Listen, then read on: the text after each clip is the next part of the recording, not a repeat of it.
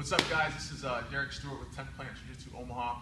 With me is my faithful sidekick, the immaculate Cody Keatsman. Angry Cody Keatsman. Angry Cody Keatsman. We're going to do the Omaha Whip. It came from just being T-Rexed all the time, and it really started to come from one of my students back in the day. He had a lot of success escaping mount and using the Omaha Whip. And so then we applied it to the Jaws of Life, because in the Jaws of Life we get stuck in certain positions and the Omaha Whip just fit. It's nothing fancy or anything crazy, it's just a really good, secure way to keep a strong frame that allows you to move your opponent with a little bit more leverage than normal. So we're going to look at the Jaws of Life portion, because that's the most important part really, and that's where it all came from. So I have lockdown, he has head and arm control, okay? So if he's got a death squeeze up here, we use the Jaws of Life to find our way to get double unders. In a lockdown situation, ideally having double unders is the best route to be, of course, so that's where we normally would look to go. So I have to pry his head away to get the shoulder pressure off. So before I do that, I'm going to make sure my lockdown's pretty tight here, and I'm going to straighten out to get rid of some of the pressure, okay? Now we go to Jaws of Life. This hand's pushing on the temple. The other hand jumps over to push on the temple. Some things that kind of help to get his head moving. It seems kind of dirty, but sometimes if you're sweaty, you can't move the head. And if you're in maybe a competitive situation or a combative situation where you're not as concerned about how solid the rules are, my hand can start to push up inside of his orbital bone right here to help press him away, okay? So once we get Jaws of Life, top hand floats underneath, right? Now the outside hand, I use this as a frame to block. So I don't want my arm to get jumped over and get arm triangled or anything like that. So I make sure I make a frame tight. Now this outside elbow just tucks right inside, okay? Now I want to make sure that just my forearms are resting here. I don't want my wrist to get caught. So if my wrist get caught, yeah, he'll be tight and he'll still pinch me down, okay? If my hands pop all the way through, it's not the end of the world. It's not saying I can't do any of the other whips that are around.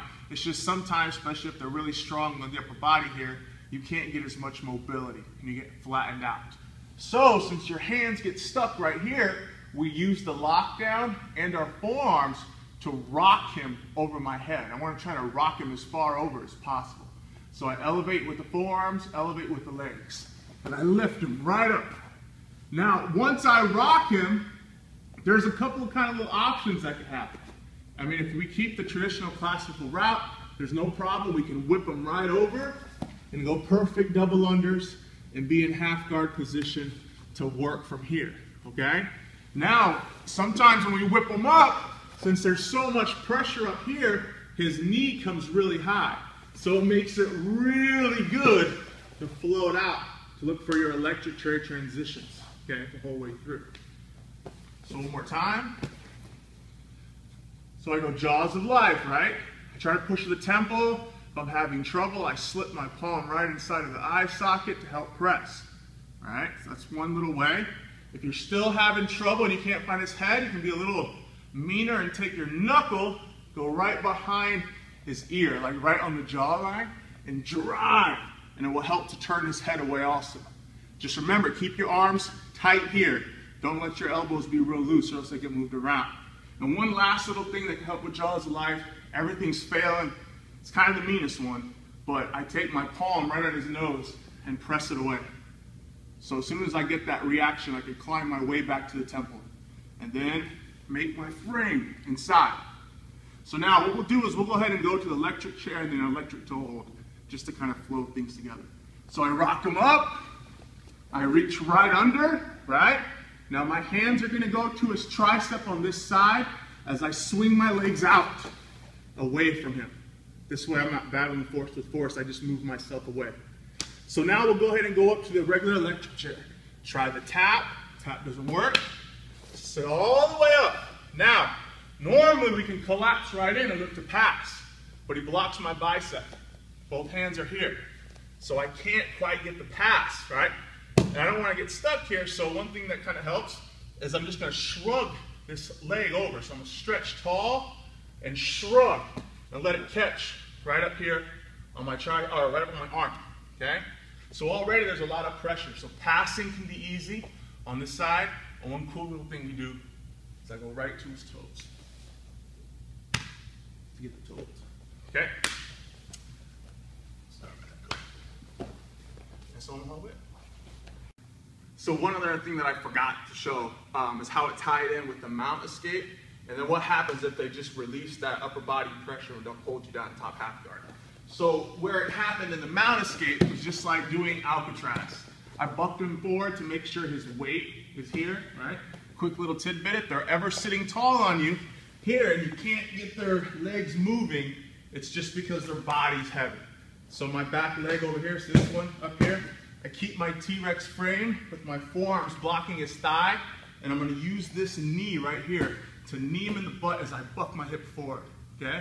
As I buck my hip forward, his weight's gonna fall, and that means he's gonna get lighter on this leg, all right? So that's when I wanna shrimp. So I'm gonna buck him and then shrimp here. See how his leg's light? Now that his leg's light, my forearms are blocking, and my foot goes underneath, okay? I gotta keep really good pressure with my left leg and just make it slide through. As soon as it slides through, I gotta make sure my left shoulder blade's flat so we don't try to slide to my back. My forearms stay blocking his thigh, so my forearms don't leave. And I just lift and turn, so I get my lockdown here. Now see how my hands? I don't want them to re-pummel, so my elbows have to stay glued to my rib cage. My hands float, and they come right to his forearms and rock them up before he starts to catch an underhook or an overhook, etc. Okay? Once we rock them up, we can go right into our position to make it however we want work, okay? Now, some things in the jaws of life that I forgot to mention that can happen as I'm doing all of this crazy prying. As soon as his hand pops in, if he starts to disengage me and sit back, we have to sit up and move, okay? I don't want to let him sit completely away to work the buttocks compressor pass or anything like that. So if you're going jaws of life, you get this hand there and he starts to disengage. Follow with this hand here so this one can pummel, okay? This free hand can help you to push to get your clinch back to work, okay? That should do it. Thank you guys.